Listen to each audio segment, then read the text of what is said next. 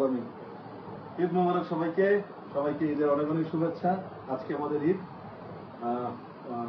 সবাইকে প্রথমে একটা দুঃখের খবর বলতে চাই, সেটা হচ্ছে আমাদের সবার প্রিয় বাংলাদেশ চলচ্চিত্রের প্রযোজক, পরিবেশক, পরিচালক এবং প্রযোজক সমিতির সাবেক সভাপতি ডিপজল ভাইয়ের প্রাণ প্রিয় বড় ভাই শাহাদ হোসেন বাদশা ভাই আল্লাহর ডাকে, আল্লাহর মেহমান হয়ে চলে গিয়েছেন গত 2 দিন আগে।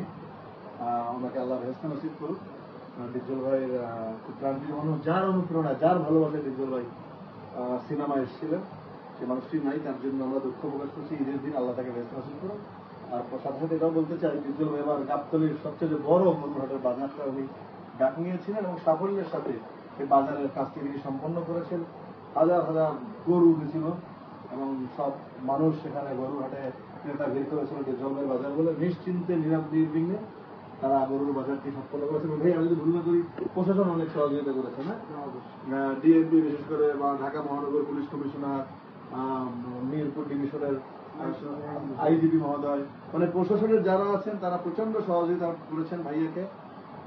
তারপরে আমাদের এলাকার এমপি সাহেব ছিলেন মাইনুজার নিখিল ভাই, ভাইয়ার অত্যন্ত বন্ধুপ্রিয় বড় ভাই, সবই যার বন্ধু, 3 জন মানুষ এরা মিলে আসলে একটা সুন্দর কাজ বাজারটিকে সুন্দরভাবে সম্পন্ন করেছেন এবং ভাইয়া সুন্দর করে সেই বাজারটি শেষ করে তাই এদের ভালোবাসা জানাই। আর বরাবরের মতো ভাইয়া সালামি পেয়ে গিয়েছি ইনশাল্লাহ।